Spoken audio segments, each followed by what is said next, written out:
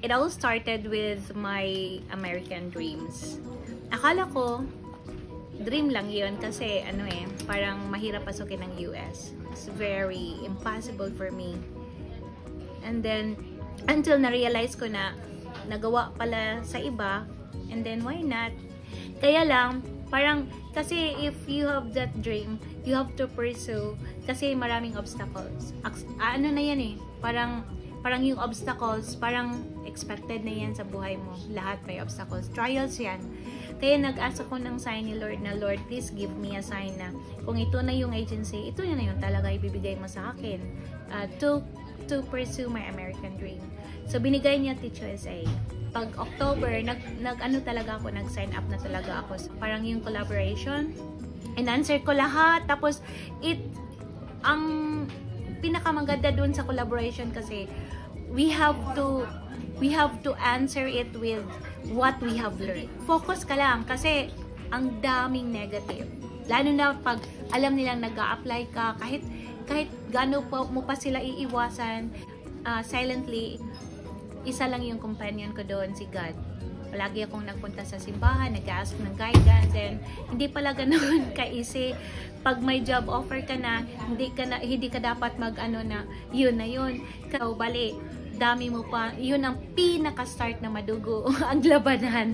Sa time na mag-a-apply ka tapos may job offer ka, ang dami ding mga hindrances. So, hindi lahat ng tao, remember that, na supportive sa'yo. Kahit family member mo, meron ding magne-negative. Naipasa namin yung sa visa sponsor. So, kahit natapos ka na doon, may embassy ka pa. So, we have to pray for it. Kasi hindi natin malalaman kung anong mangyari doon sa embassy. Kahit meron ka ng TS 2019, maging confident ka doon sa embassy at sasabihin mo sa sarili mo na kaya ko to. So, nakapasa pa ako doon sa embassy. And yun naman, pag naipasa mo na yung embassy, sa clearance ka na naman. Sa ngayon, mahaba ang proseso sa clearance. Kung gusto niyong tuparin yung American dreams niyo, hindi lang yung sa Amerika lang ang focus niyo. I-focus niyo rin yung trabaho niyo na iiwanan niyo. Dapat iiwanan niyo yan na maging maayos din yung pag-iwan niyo doon sa school niyo nga. Hindi, kasi thankful tayo doon eh. Ako, I am very thankful sa DepEd. Nag-grow naman ako sa DepEd, but then meron naman kasi tayong mga priorities na parang hindi natin maabot kung doon lang tayo, di ba? So, hindi naman natin sinasabi na pag nandito na tayo sa Amerika, very successful na tayo. Now, we have to work hard for it. Kasi palagi ako nakikinig sa mga sinabi ni Ma'am Gemma, hindi lahat may assurance eh.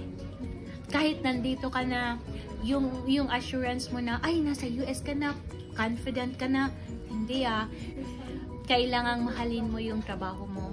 Tanggapin mo lahat yung katotohanan dito sa US. Hindi lahat maganda. So, dapat tanggapin mo na yung mga students ibang-iba sa DepEd. Yun. Nakarating ako dito. And thank God, binigay niya sa akin si Teach USA. God is watching us, and my wish did come true. My American dream. I'm so happy. Teach USA is such a blessing. So, wag niyong sabihin na, ay, pag Teach USA ka na, tanggap ka na agad, at easy lang. Hindi po. Ang dami namin pinagdaanan, and parang malaman mo din na if you want to succeed, kailangan you have to work hard for it. Hindi lahat ng success na easy lang. Yung success na pinagdaanan namin, yun ang dream ko na kahit mag-work hard ka, kung hindi ka nag-ask ng guidance sa Lord, wala pa rin. And of course, after praying to God that ma-achieve mo lahat, you have to follow also. Again, Teach USA is indeed a blessing to us.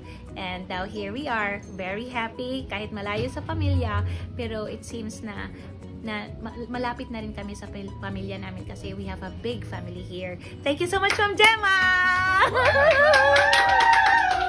Happy birthday to you! Happy birthday to you! Saya. Happy birthday! Happy birthday! Happy birthday! Bye! birthday.